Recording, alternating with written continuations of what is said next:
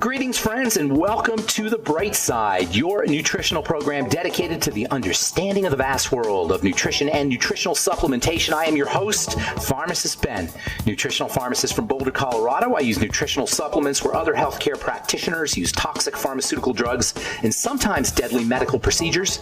If you suspect that there are natural nutritional roads to your health and vitality and well-being and to addressing your health challenges, whatever they may be, but you don't know where to begin, you have come to the right place. As you listen to The Bright Side every day, you are more and more in control of your body, you are more and more knowledgeable, and you know you can overcome any health challenge. That is why we are here. Every day on The Bright Side, helping clear up the sometimes confusing world of nutrition and nutritional supplementation.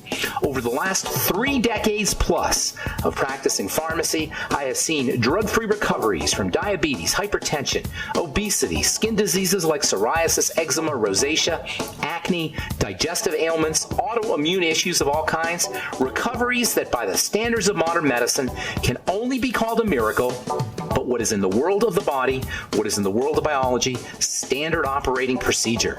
Because the human biological system is a healing and regenerating system. It's designed divinely to heal and renew itself on a moment-to-moment basis. And while that may seem like a miracle to some folks, this renewing system is really nothing more than just the way the body works. Welcome, friends, to The Bright Side. 844-236-6010 is our number, 844-236-6010. If you have questions about health, longevity products, nutritional supplements, anything we're speaking about here today, or if you have a comment or success story you'd like to share, we love hearing from you on The Bright Side, 844-236-6010. If you want to purchase longevity products, call 866-735-2470, or even better, if you want to join the Bright Side Ben team for a one-time $30 fee, you can be in business for yourself. Call 866-735-2470, or head to our websites, brightsideben.com, pharmacistben.com, or criticalhealthnews.com. You can sign up right off the website. You can also purchase longevity products off the websites as well, brightsideben.com, pharmacistben.com, or criticalhealthnews.com. And then you can check out our skin health products, truthtreatments.com, and our miscellaneous and sundry health products at truthnourishment.com. Thank you to Robert Lundgren for setting that up. We got blog posts, news stories as well on all of our websites, and lots of good health information. We're all about good health on this program. We're all about helping you get healthy in a real way, not in a medicine way, not in the way we think about health, but in a real way. We have energy where you can fight disease, where you don't need flu vaccines, where you're just feeling good. That's what good health is about. It's about just feeling good. Today we've been talking about last few days, and we'll continue talking today about the mind-body connection to health. And I'm going to continue talking about that. It all relates to the skin. I've been in the skincare business now for 30 plus years. And it never ceases to amaze me how we think we can just rub something on our skin and be good. All we got to do is put some product on. We're led to believe that all we need to do is put skincare products on our skin. I get letters all the time. I use this. I used your retinol. I used all these skincare products. And I still have acne, and I still have psoriasis, and I still have eczema.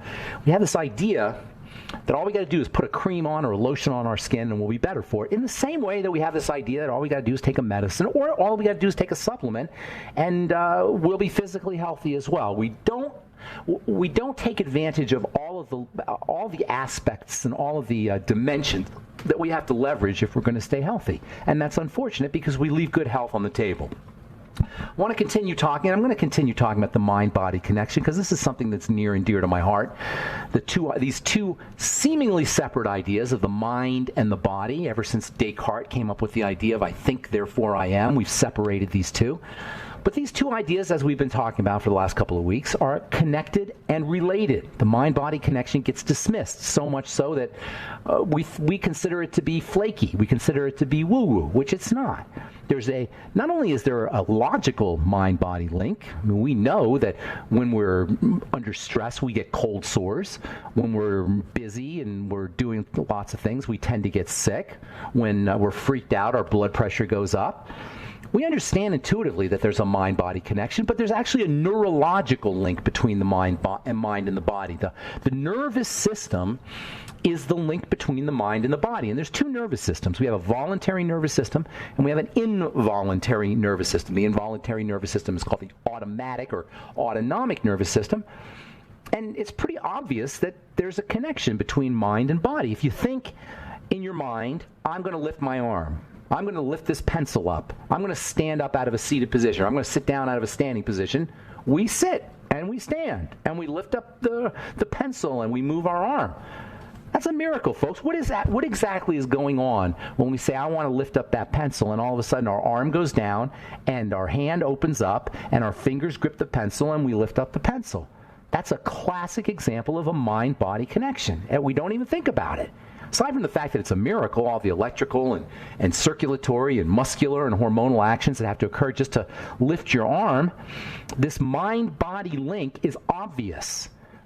And then there's the mind-body link that's associated with the autonomic or the automatic nervous system that controls our digestion and our heart rate and our neurological functions and our immune system. It's exactly the same. The same mind-body link that is associated with lifting a cup or lifting a pencil or sitting down or standing up or doing any of the things we do all day is the same kind of neurology that's associated with controlling our digestive system and our heart rate and our blood pressure. This autonomic nervous system happens to be linked to unconsciousness.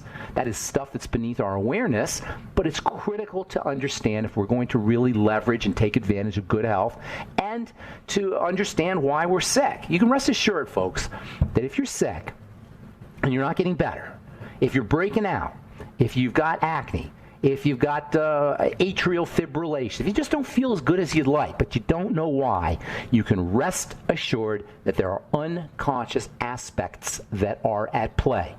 And it's really important to understand the nature of the unconscious and the subconscious. The unconscious, I consider the unconscious and the subconscious to be the same.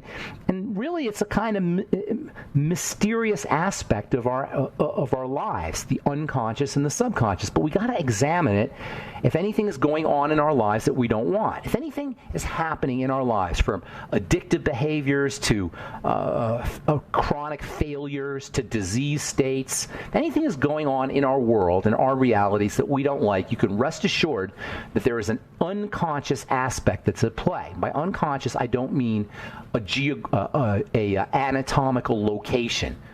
When we think of the unconscious or we think of the subconscious, we actually call it the unconscious or the subconscious.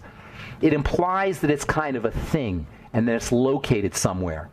It's not a thing and it's not located somewhere. The unconscious and the subconscious are aspects of our lives, I guess you could say, that we're not aware of. It's as simple as that.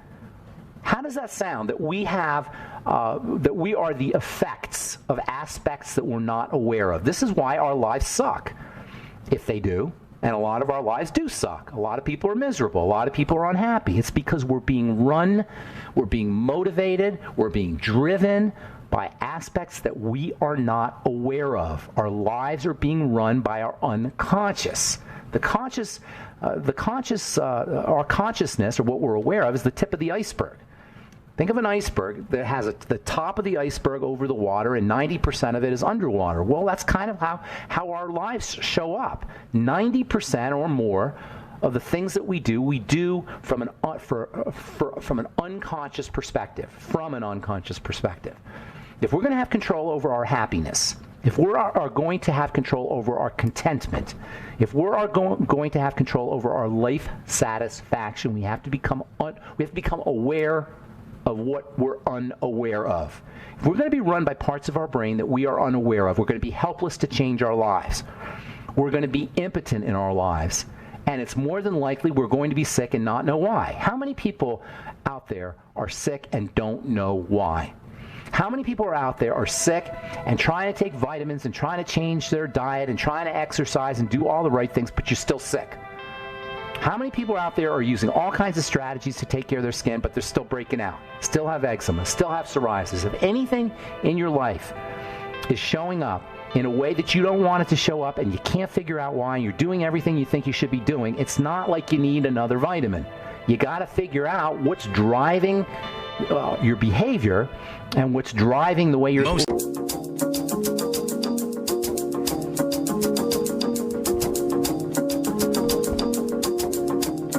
All right, we are back on the Brightside. I'm Pharmacist Ben. 844-236-6010 is our number. Got lots of lines open for you.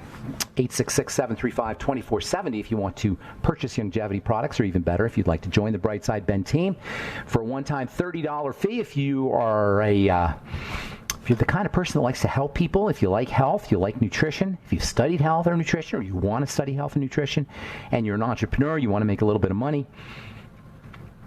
and you want to make a little bit of money in a win-win fashion where you make a difference in people's lives, the longevity business is something you want to look at. 866-735-2470 is the number to call for more information. You can also click on the Join the Team link at brightsideben.com, pharmacistben.com, or criticalhealthnews.com. We've got blog stories and blog posts and news stories and videos and lots of good health information at brightsideben.com, pharmacistben.com, and criticalhealthnews.com.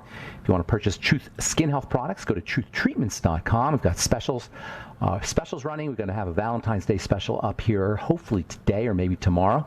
It'll run for the next 3 weeks or so. And then also if you want to purchase various health products, including herbal supplements and our CBD products, go to truthnourishment.com. Truthnourishment.com. All right, so we're talking about the mind-body connection. The mind-body connection is the nervous system, the autonomic nervous system, the automatic nervous system, as well as the voluntary nervous system. The autonomic nervous system is the nervous system that runs our basic functions, our physiologic functions like digestion and the immune system and the heart and the circulatory system and our kidneys. And if we're sick, you can rest assured there's something going on in the unconscious or subconscious aspect of our lives that's controlling the autonomic or automatic responses. The unconscious or the subconscious, and they're both the same as I've said, is formed in large part when we are infants, and that's a problem because guess who's forming our unconscious and subconscious? Our parents. And I say that's unfortunate because for the most part, our parents were driven, their behaviors are being driven by their unconscious and subconscious, and their parents and their parents and their parents, and you can keep going on and infinitely regress until you get to the first parents. The unconscious and subconscious is largely formed by the time we're 6 or 7 years old, and that's very unfortunate. Our world is a messed up place in large part because we're driven by unconscious and subconscious behaviors or motivations. Our behaviors are driven by unconscious and subconscious motivations that were formed before we were aware. Keep in mind, this is not anatomical or it's not a place. The unconscious and subconscious is just the stuff we're not aware of. And here's the good news. We can become aware of our subconscious and unconscious. One of the best ways you could do it is to meditate. Meditators are more aware of their unconscious, more aware of their subconscious. Just reading here somewhere here from New Scientist magazine. Let me find this article here. Meditators are more aware of their subconscious or unconscious behaviors, of what drives them. In fact, the unconscious and subconscious shows up as our bodies. Candace Pert talks about this. Consciousness isn't just in the head, nor is it a question of the power of the mind over the body, because they're the flip side of the same thing. The unconscious mind is the body. The body is the unconscious mind. In fact, that's the title of Candace Pert's a Candace Pert audio tape, which is it's an audio book. It's a wonderful description of how the body is the subconscious mind. That's the title. The body is the subconscious mind. If you want to know what you're thinking or what's driving your actions from a subconscious or unconscious perspective, look at your body. Dr. Candace Pert was a molecular biologist, and she was the one who discovered the opiate receptor. She worked for the National Institute of Health. She's no quack. And she started something, she was one of the founders of a field called psychoneuroimmunology, which is the scientific basis of mind-body medicine. Is that surprising? Is it surprising that mind-body medicine was first discovered, at least scientifically, at the National Institute of Health by Dr. Candace Pert? Candace Pert, by the way, if you've ever seen the movie What the Bleep, if you haven't, you should. What the Bleep Do We Know? It came out about 15 or 16 years ago. What the Bleep Do You Know? What the Bleep Do We Know is a really cool description of how the mind forms the body. Now, I've been talking about how the mind forms the body through neurology, but she talks about how the mind forms the body through hormones. specifically through peptide hormones. Now, endocrine hormones, the steroid hormones, also are involved, but she talks about peptide hormones, which she calls the molecules of emotion. The molecules of emotion are literally chemical messengers that communicate information from the brain to the body and back from the body to the brain. And Dr. Candace Pert, P-E-R-T, her work was groundbreaking back in the early 1980s, or the late 1980s probably. But today it's kind of accepted that there is a language that the body uses to talk to the brain. This language is the language of neuropeptides. Little molecules, tiny little molecules. And keep in mind now, a molecule is infinitesimally small. There are more molecules of H2O, more H2O molecules in a glass of water than there are stars in the known universe. A molecule is incredibly tiny. And these molecules change with every thought we think. In fact, molecules of the molecules of emotion, these neuropeptides that change with every thought we think, are the quintessential epigenetic factors. Nutrition and vitamins and minerals and the foods we eat, truly they're epigenetic. There's no doubt about that. But thoughts are even more elegant via the action of neuropeptides. Every time you think a thought, your genetics change. This is the fallacy of the genetic model of health and disease. People say, well, I had diabetes because my father had diabetes or my mother had diabetes. It's just in my genes. People will get their parts of their body taken out. Women will have their breasts removed or have hysterectomies based on supposed genetic predispositions, completely oblivious to the fact that there are epigenetic factors, like the thoughts we think, via these neuropeptides that control how our body shows up. Bruce Lipton talked about this in his book, The Biology of Belief. Another awesome book, if you haven't read The Biology of Belief. Quote, conventional belief was that your life to a large degree was determined by your heredity. The new science of epigenetics, above the genes, says no. Your life is a result of your participation and your mind's influence on what's going on in your body, unquote. That's Bruce Lipton from The Biology of Belief. And as I say, it's unfortunate that these, the beliefs that form our epigenetics are very often, or the beliefs that affect our genetics, these epigenetic beliefs, are very often unconscious. They come from the first 6 or 7 years of our life. These patterns and beliefs that limit our reality or that control our reality, for better or worse, are implanted into us. And becoming aware of these by seeing our lives, by observing our lives, by watching our health, by becoming aware of our health, will allow us to shift and change and reprogram ourselves. That's really what good health is about. If you're not healthy, if you're sick in any way, and it could be acne, it could be dry skin, it could be heart disease, it could be cancer, the most powerful strategy you have at your disposal is not vitamins, and it's not minerals. As powerful as these are, as important as these are, not marginalizing them, but nothing is more important, nothing, than to become the conscious co-creator of your life by reprogramming your belief system, by implanting yourself consciously, by implanting your beliefs consciously, and overriding the beliefs that were implanted to us before we were aware or able to take control. All right.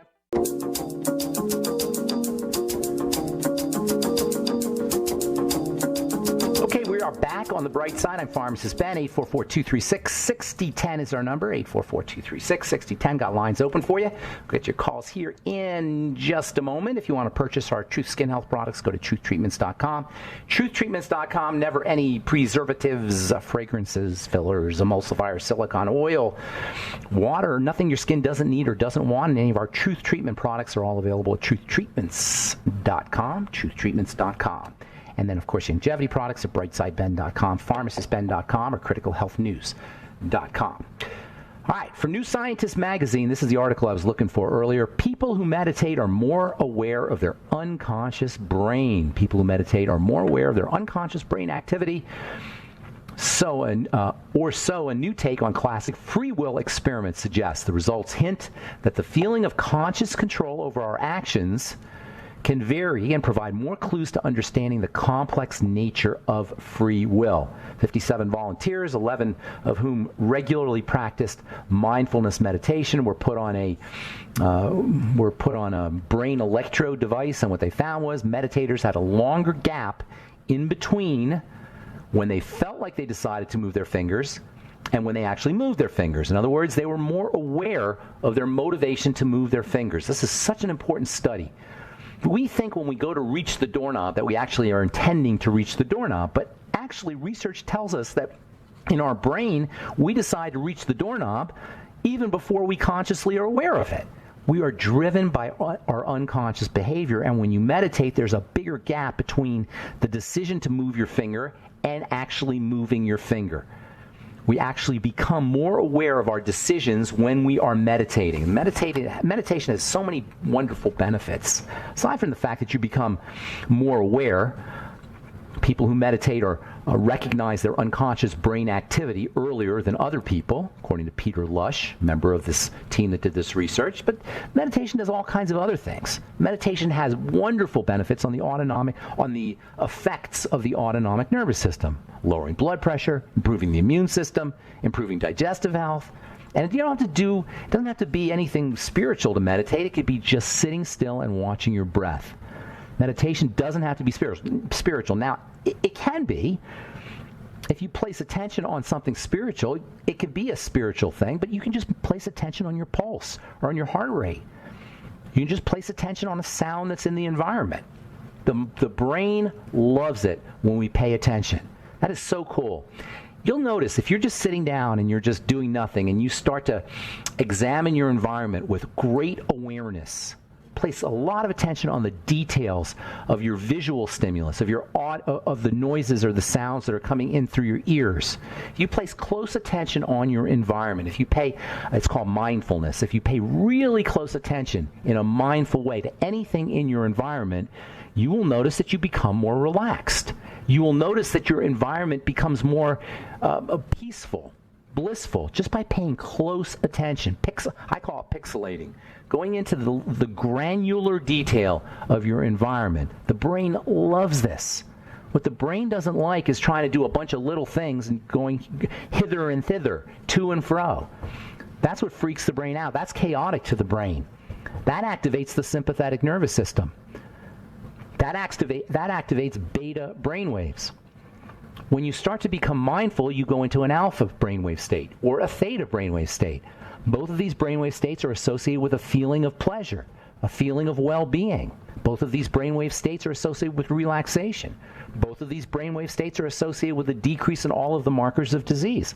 And you can access these brainwave states, the alpha and brainwave states, by something as simple as mindfulness. And this is why we have mindfulness institutes at Harvard and at UCLA Medical School and at Johns Hopkins Medical School and at Yale Medical School. And pretty much all medical schools around the country have a mindfulness curriculum or a mindfulness center, because of the wonderful benefits that it imparts onto good health.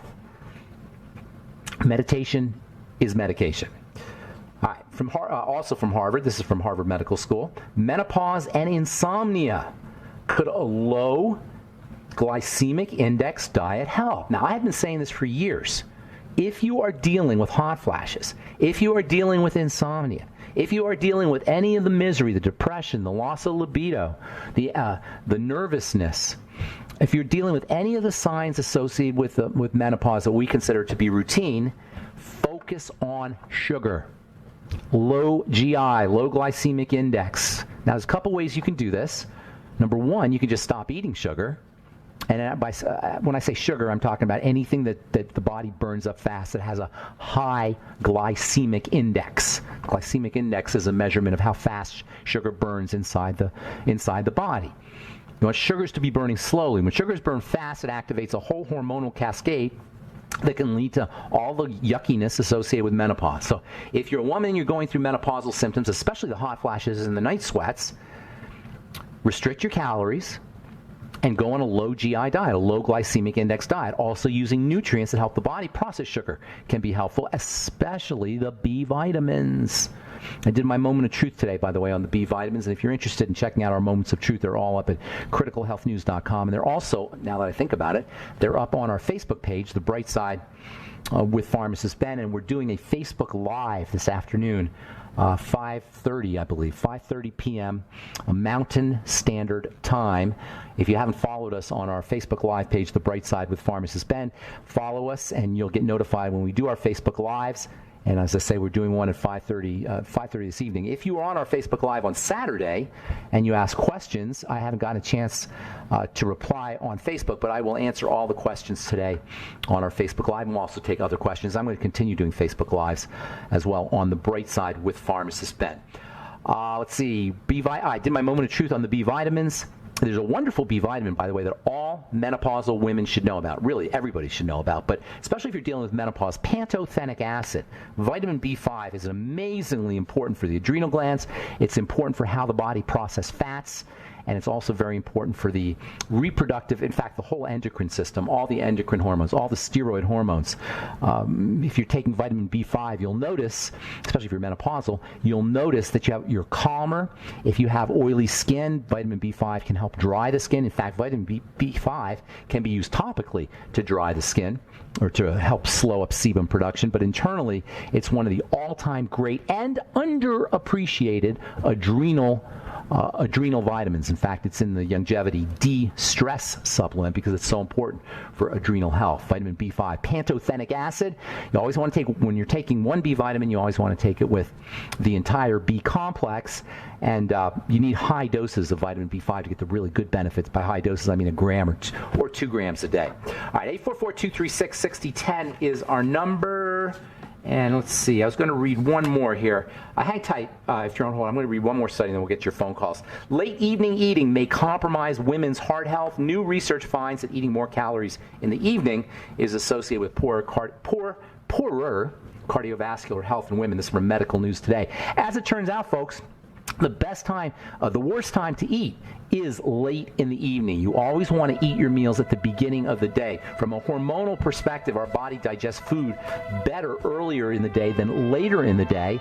Also, if you eat earlier in the day and you stop eating at 4 or 5, you will be generating more ketones. You'll be able to be ketogenic in the time between you finish your meal in the afternoon and you begin eating again the next day.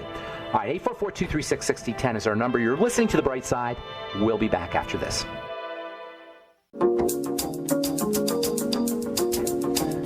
Okay, we're back on The Bright Side. Pharmacist Ben here. 844-236-6010 is our number. I'm just going to finish this up and then we'll get your calls. Late evening eating may compromise women's heart health. Not only that, but when you eat late in the day, you also have a greater tendency to gain weight. One recent study, according to this article, showed that eating meals earlier in the day can help people lose weight, while eating later in the day may promote weight gain and slow down metabolism. Also, later meal times raise inflammatory markers that are associated with diabetes and heart disease. Also, setting strict meal times that end at 4 or 5 o'clock can help control blood sugar. This new research adds to the mounting evidence that suggests that eating more calories in the evening may negatively affect health, especially women's cardiovascular health. All right, 844. This, by the way, was from the American Heart Association Scientific Sessions in Philadelphia, Pennsylvania. All right, 844-236-6010. Let's go to Georgia and say good morning to Don. What's up, Don? Welcome to The Bright Side. Hey, how's it going? It's going good.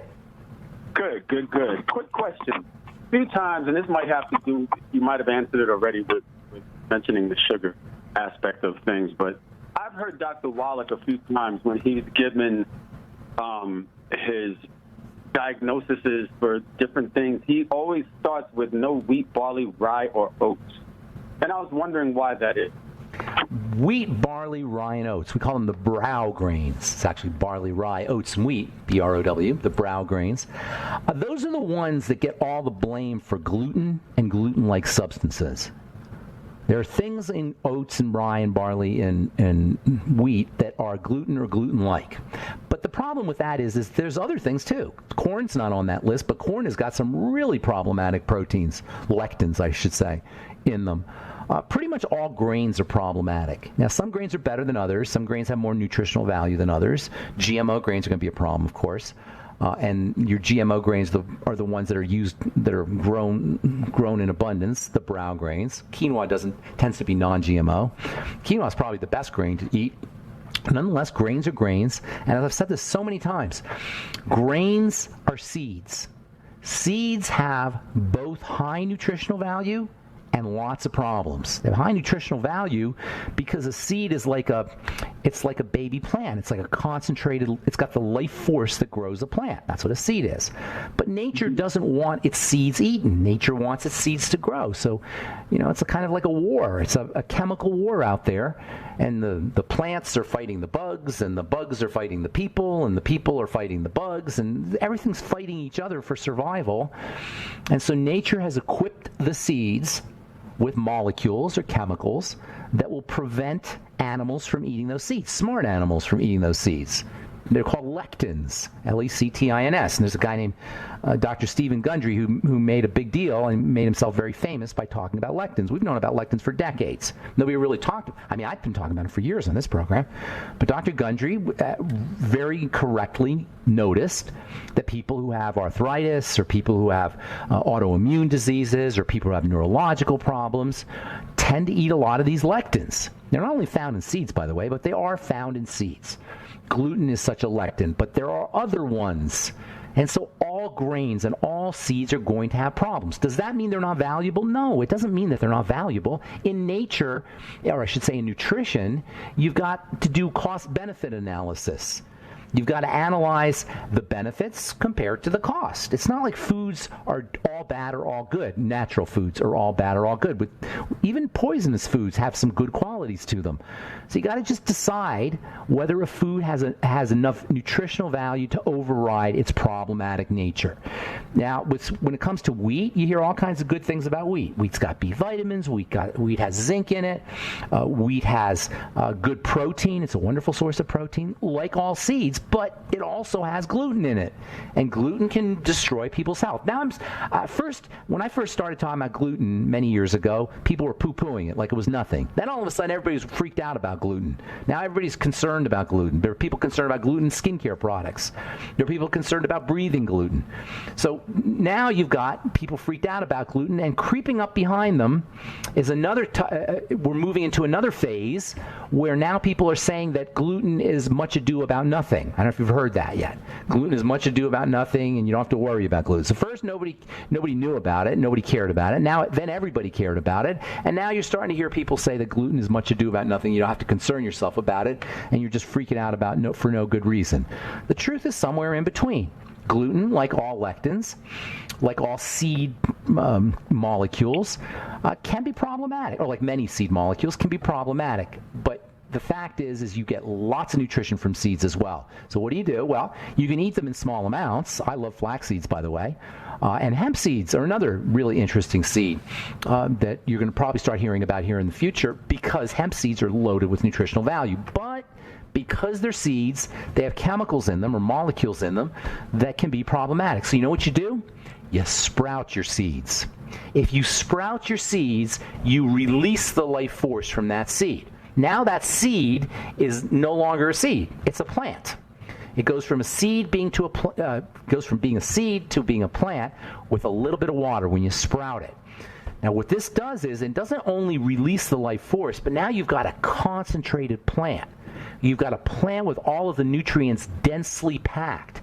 And that makes sprouts super, super valuable. In fact, they are superfoods. And it's funny because a seed is not a superfood because it has all these lectins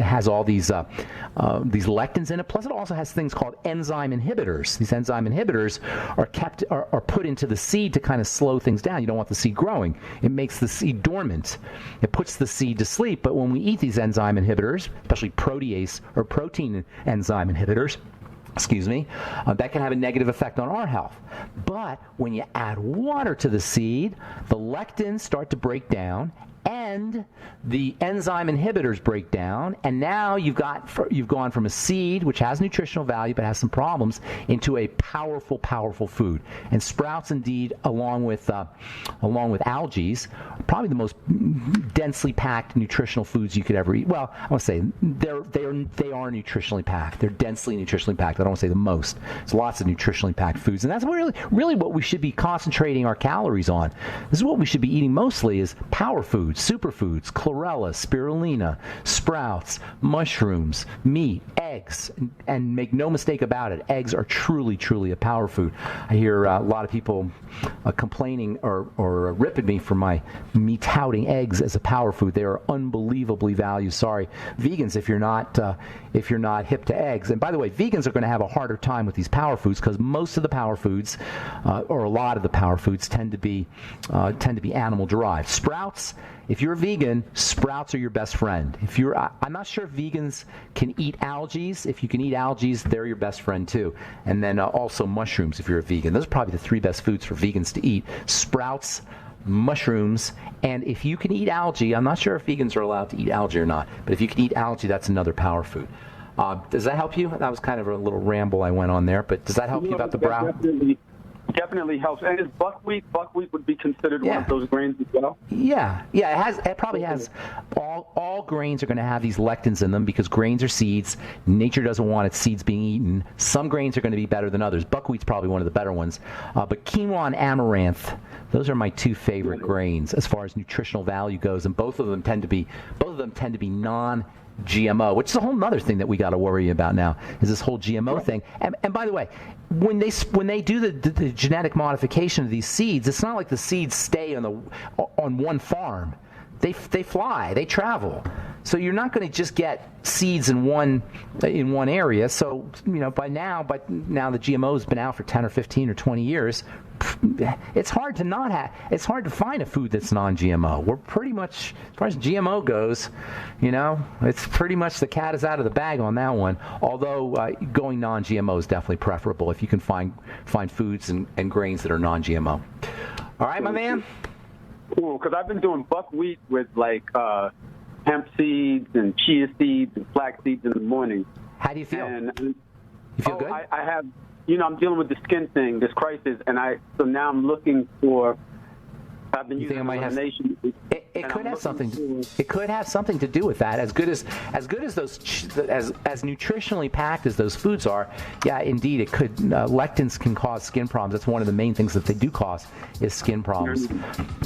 All right, buddy. Got to go, Donald. Thank you so much for your call. Appreciate it. And that is all the time we have for today on The Bright Side. Thanks for listening, friends. We're on the air Monday through Friday, 8 to 9 Pacific, 10 to 11 Central Time. And check out our archive page at brightsideben.com. Thanks for listening. Have a wonderful, beautiful, awesome, spectacular day. We'll talk to y'all later. Bye for now.